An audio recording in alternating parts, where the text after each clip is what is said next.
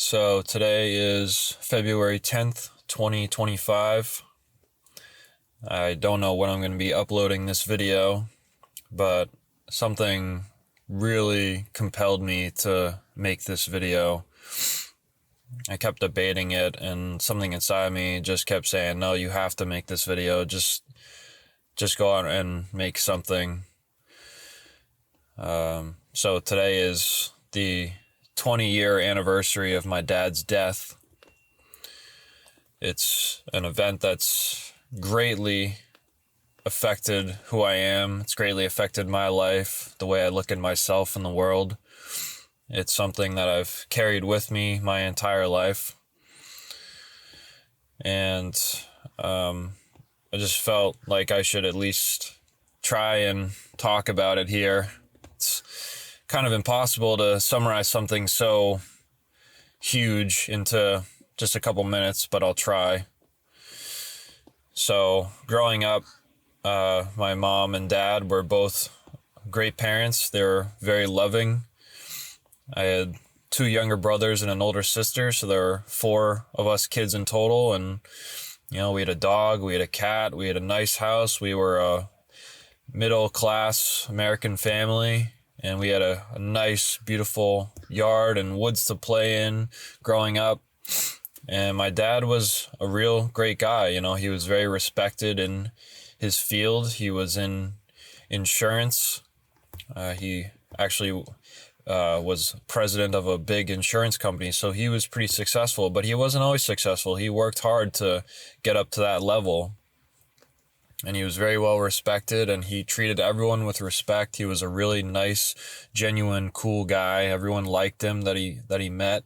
He would go out of his way to say hi to everyone, whether it was the custodian or a CEO of another company. I mean, he was just super friendly and just a real down-to-earth, nice guy, and he liked us. He loved us.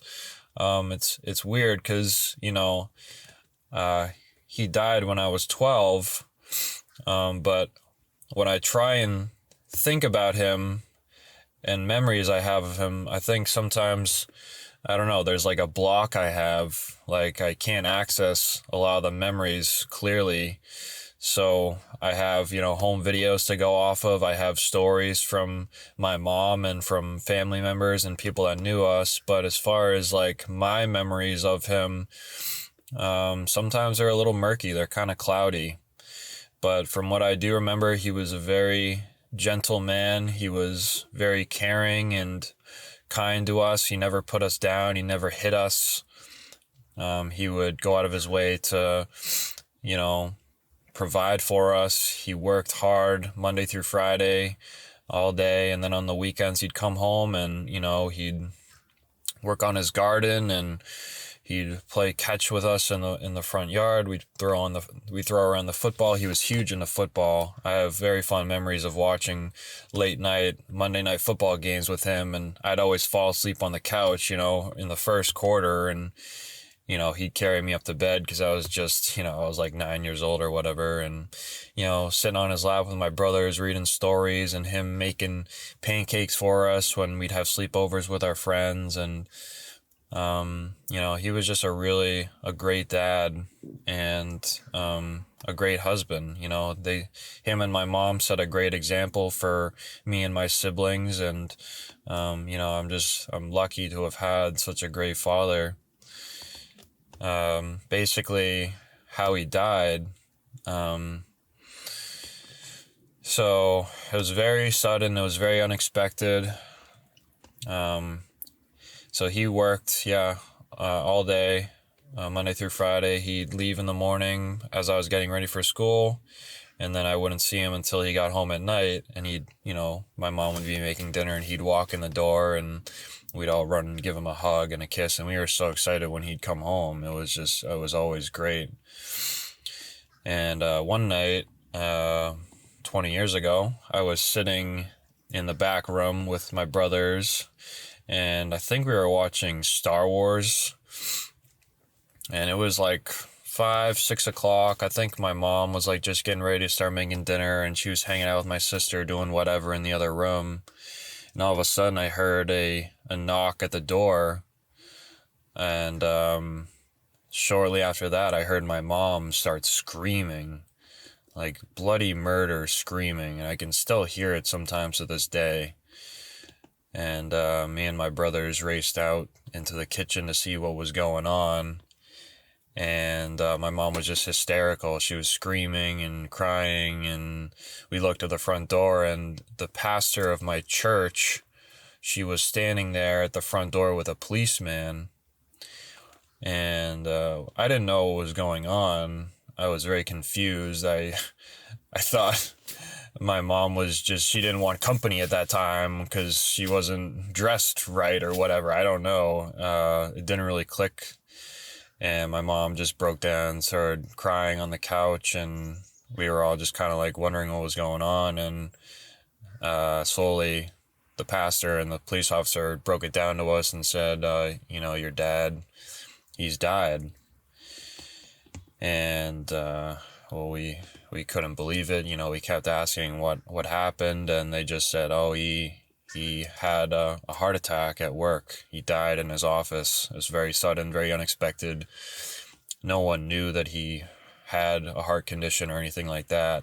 So it was like, I saw him in the morning before I went to school. I said bye to him, and he just never came home.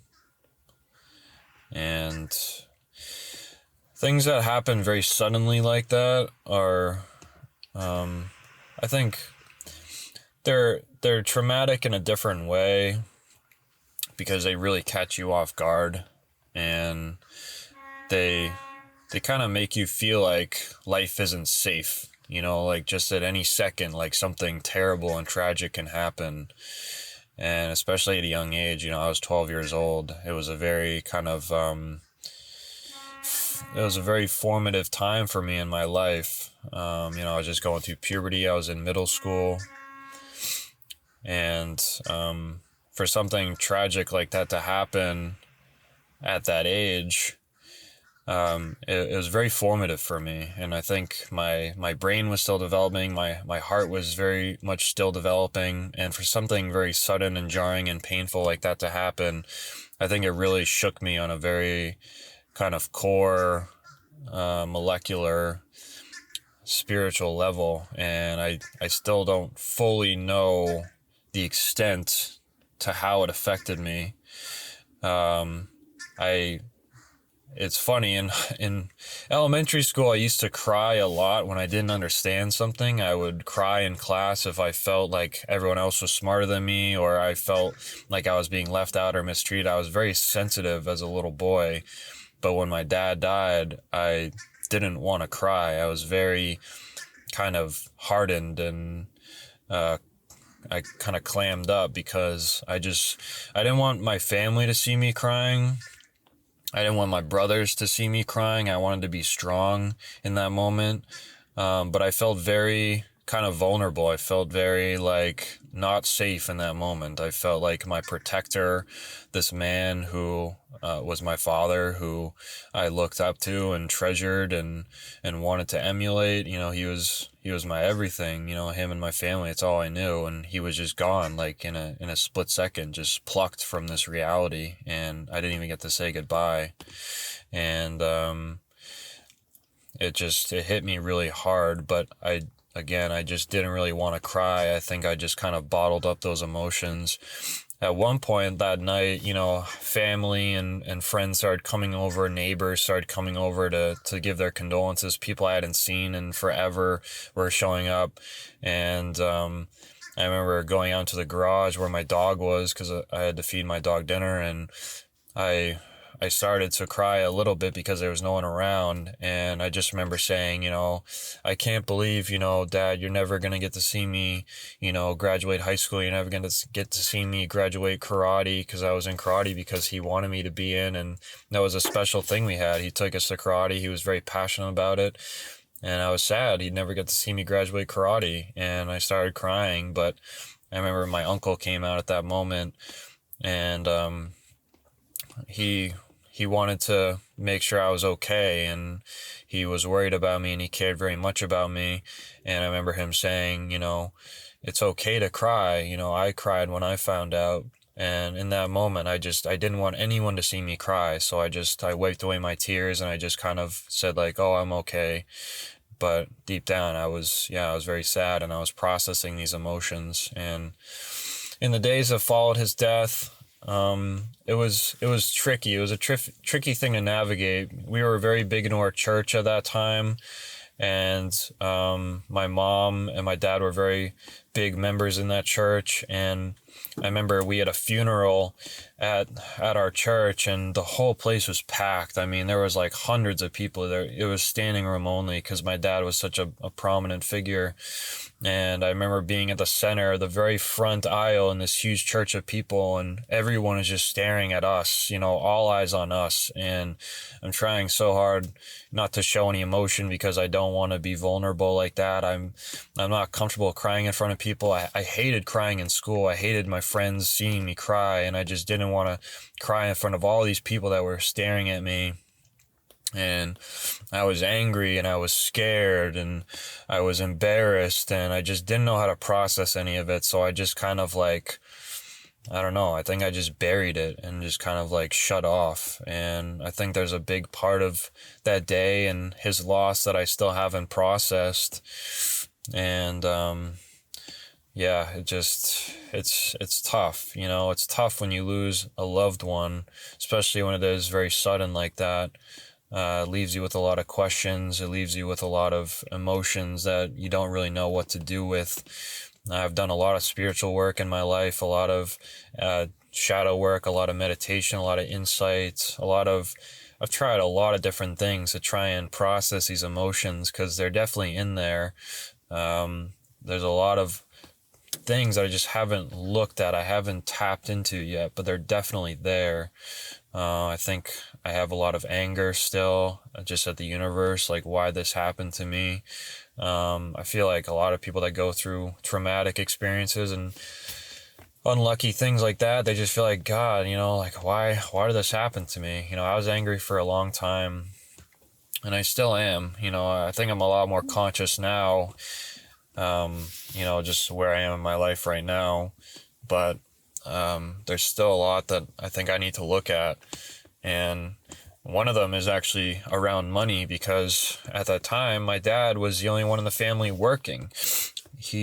My mom didn't work. He made all the money, and like I said, we had a good amount of money, and we could afford nice things. But when he died, it was like, whoa, where are we getting money now? Like, I didn't have to think about it before, but in that moment, it was like, geez, all this financial security that we had is just gone. Like, what are we gonna do now? And I was really scared we were gonna be like homeless, and I was too young to work. My sister was only 14. She was the oldest out of us siblings, and yeah, I didn't have the answers. But my mom assured us everything was okay, and we figured it out. But it was just, I don't know. It was a hard time, and I think it really set the foundation for my life and just who I am today. I think I've always been very introspective. I've always been very, I look deep inside and I question things a lot. And, I think that comes from, this event that I had to go through. I'm sure there's so many people out there who have had so much worse things happen, and they've had such traumatic childhoods and upbringings, and how dare I complain? And yeah, I know the extent, I know the horrors that humanity has experienced. I know there are some awful, awful lives out there that are being experienced by children, and my life was nowhere near that. I had a pretty good upbringing for the most part, but I think I definitely need to acknowledge that this was a hard thing to go through, losing a parent so suddenly. And, on this 20th year anniversary, I wanted to acknowledge that. I wanted to honor my father. I wanted to honor that memory that has followed me like a shadow my entire life. And it's a memory that I'm still trying to process. It's a memory that I've run from. It's a memory that I've looked at. It's a memory that I've cried over and screamed over. It's caused a lot of pain, but in that pain and in that experience has also come knowledge. It's also come strength and endurance, and there's definitely more to learn. I think we all come here with things that the universe wants us to learn, and I think this is just part of my journey. So yeah, it's pretty crazy. I'll definitely probably make more videos talking about my dad and my childhood in more videos, but I just wanted to talk about that on this day. It's definitely an important day for me, and I just felt compelled to say that.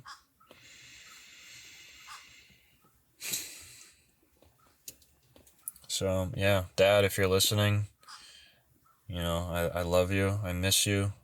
I'm thinking about you today, and I hope wherever you are, you're doing okay. And thank you for everything that you did for me growing up. You were a good dad.